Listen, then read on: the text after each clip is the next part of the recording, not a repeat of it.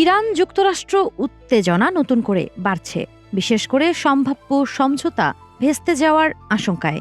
এক সাক্ষাৎকারে মার্কিন পররাষ্ট্রমন্ত্রী মার্কো রুবিও স্পষ্ট করে জানিয়েছেন, আলোচনায় অগ্রগতি না হলে চূড়ান্ত সিদ্ধান্ত নেবেন প্রেসিডেন্ট ডোনাল্ড ট্রাম্প।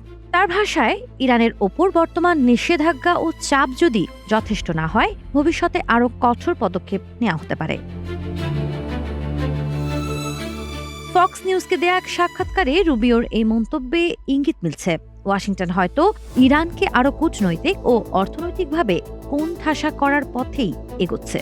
ইতোমধ্যে পারমাণবিক কর্মসূচি ও আঞ্চলিক নিরাপত্তা ইস্যুতে দুই দেশের মধ্যে টানাপোড়েন তীব্র।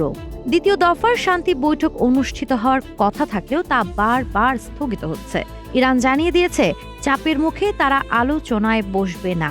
তেহরানের অবস্থান পরিষ্কার, যুক্তরাষ্ট্র আগের প্রস্তাব থেকে সরে না এলে নতুন করে আলোচনার সম্ভাবনাই নেই। পাশাপাশি যুদ্ধ বন্ধ না হলে পারমাণবিক কর্মসূচি নিয়ে কোনো আলোচনায় বসবে না বলেও শর্ত দিয়েছে তারা।